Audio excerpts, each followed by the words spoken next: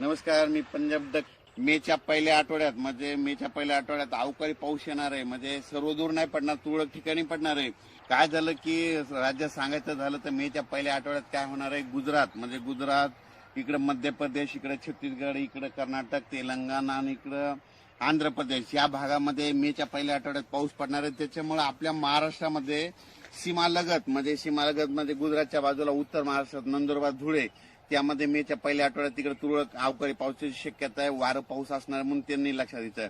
त्याच्यानंतर जळगाव जिल्हा मध्य प्रदेशकडे पाऊस पडणार आहे. त्याच्यामुळे मेच्या पहिल्या आठवड्यात त्याच्यामुळे जळगाव जिल्हा, जळगाव, जामोद, बुलढाणा जिल्हा, अमरावती, अकोला, वर्धा, नागपूर, भंडारा, गोंदिया, चंद्रपूर या भागामध्ये अवकाळी पावसाची शक्यता आहे. म्हणून मेच्या पहिल्या आठवड्यात हे अंदाज लक्षात येतात.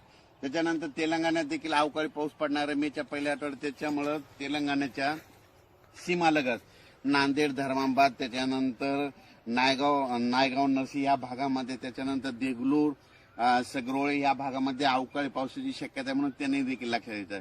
त्याच्यानंतर कर्नाटक भागामध्ये अवकाळी पाऊस असल्यामुळे त्याच्यामुळे सातारा, सांगली, सोलापूर, धाराशिव, त्याच्यानंतर लातूर जिल्हा, परभणी जिल्हा, बीड जिल्हा, हिंगोली जिल्हा या भागामध्ये अवकाळीचं म्हणजे संकट असणार आहे म्हणून हे लक्षात येतं.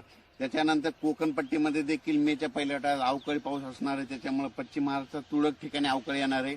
अवकाळी पाऊस राज्यातला सर्व शेतकऱ्याला सांगतो की सर्वदूर नसतो, पण शेतकरी काय करतात, सर्वांना वाटतं की सगळीकडे, म्हणून हे पहिल्यांदा लक्षात घेणं जरुरी आहे. तर हे मान्सून पूर्व पाऊस असणार आहे म्हणून हे